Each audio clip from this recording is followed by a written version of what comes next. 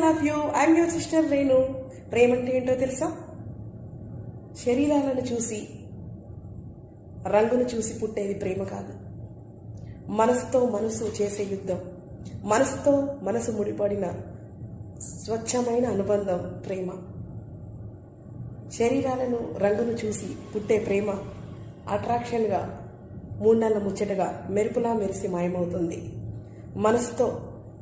మనసుతో మనసు ముడిపడి ఏర్పడినంటి స్వచ్ఛమైన అనుబంధం, స్వచ్ఛమైన ప్రేమ కన్ను మూసే వరకు మనుషుల దగ్గర ఉన్నా లేకపోయినా, ఎక్కడ ఉన్నా, ఏం చేసినా, ఎలా ఉన్నా శాశ్వతంగా మన హృదయాల్లో కొండంత విలగట్టలేని ప్రేమ ఆరాధ్య దైవంగా మన గుండెల్లో నిలిచిపోతుంది.